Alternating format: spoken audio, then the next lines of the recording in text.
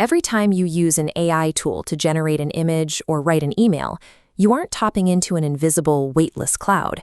You are pulling power from massive physical industrial server farms that run 24/7. In the United States and Europe, the sheer scale of these facilities has triggered an immediate backlash. States like New York and Texas, along with tech hubs like Amsterdam, are actively pausing or outright banning new data center construction to protect their rapidly draining power grids and local water supplies. Yet, on August 6, 2026, the Indian Parliament delivered a completely different message. The government officially declared that AI data centers require absolutely no separate environmental clearances to operate here. That policy greenlighted projects like the massive hyperscale data center being built by the Adani Group and Google in Andhra Pradesh. This chart compares the scale of that single facility's power demand to the surrounding area. Sitting on 400 acres of an ecologically sensitive coastal zone, this one data center will consume up to 2 gigawatts of electricity. That is significantly more power than the entire nearby city of Vizag, with its 17 lakh homes and hundreds of factories, uses at its absolute peak. And to secure this project, the state government guaranteed 15 years of heavily subsidized, cheap power. On top of that, the central government threw in a 20-year tax holiday, handing over thousands of crores in public incentives. Under the banner of technological advancement, India is effectively paying foreign tech giants to drain local water tables and strain domestic power grids. This dynamic is known as pollution colonialism.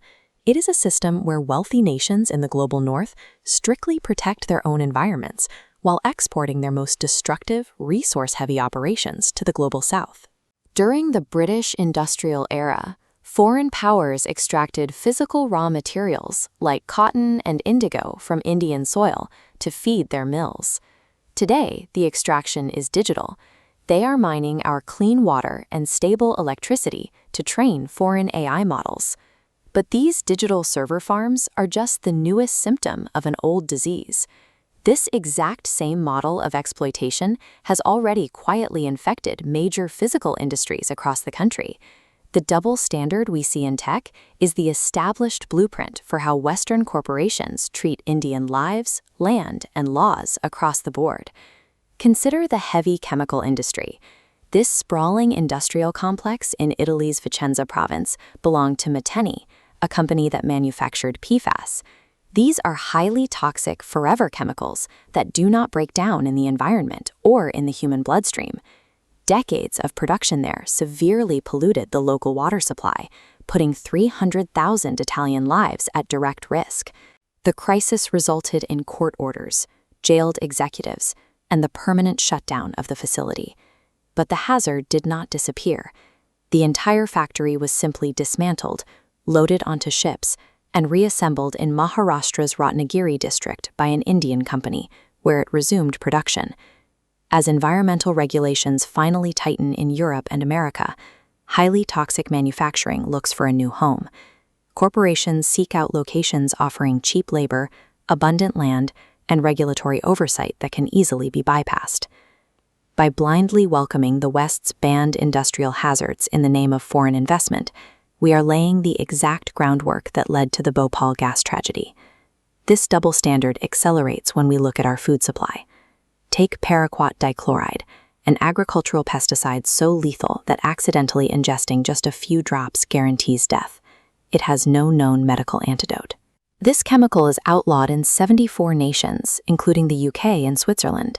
Yet, protected European nations manufacture this poison specifically to export to India. Despite fatalities, domestic boards allow 100 metric tons to be sprayed across 9 crops, from wheat and rice to tea. We even import their physical garbage. Thousands of tons of cheap, unrecyclable synthetic clothing from wealthy nations are dumped into cities like Panipat under the guise of the recycling trade, leaving local municipalities to deal with mountains of foreign textile waste. Perhaps the most intimate betrayal sits on grocery store shelves, in the form of baby food. A recent investigation revealed a glaring discrepancy in Nestlé's Cerelac. For infants in Europe, the formula mandates strictly zero added sugar, but the exact same brand sold in India is formulated to include an average of 3 grams of added sugar per serving, hooking infants on sugar from 6 months old. From the water we drink and clothes we wear to the food we feed infants, multinational corporations legally treat India as a second-class consumer zone. Our government frequently celebrates improvements in its ease of doing business rankings. But when you look closely at the smog-choked air and polluted rivers, you realize that metric is often a euphemism. It means cheap lives, bypassed environmental laws, and the freedom for corporations to pollute without consequence.